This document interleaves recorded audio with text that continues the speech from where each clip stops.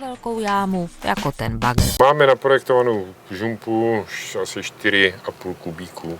Odpad je odpad, žumpa je žumpa. Pan Jiří, ale nějaký chalupář, obešel úřady a někdy chalupáři přece jenom trošku obcházejí zákon, protože nedodržují zkoušku těsnosti. Je to potom něco mezi žumpou a septikem.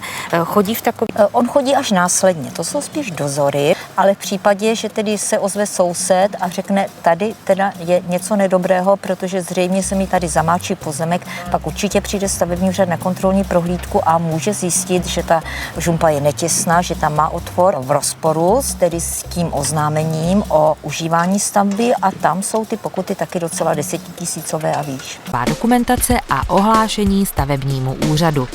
Až Jiří dostaví koupelnu a záchod a připojí žumpu, musí nechat celou stavbu skolaudovat. Ale to už hodně předbíhám událostem. My jsme teprve u výkopu.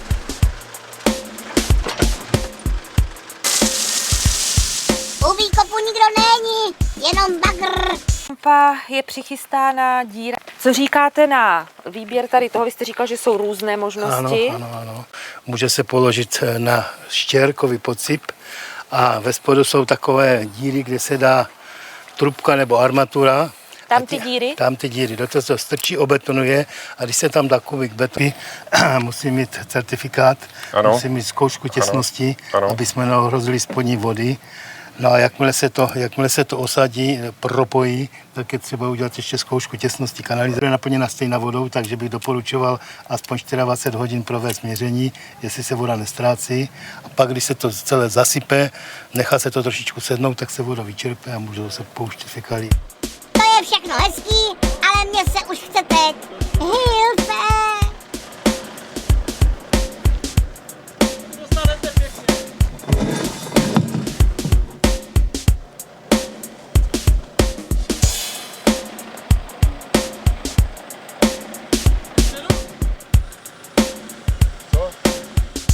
Sedlo to tam, jak zadnice na hrb.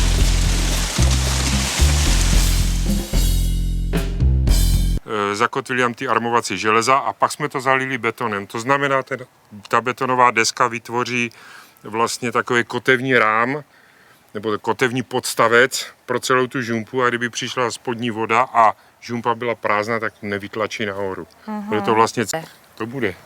Položím. Je tam pořád ještě teda čistá voda, která to předtím zatěžovala, ale nicméně je vidět, že to těsní, že neuniklo ani litr.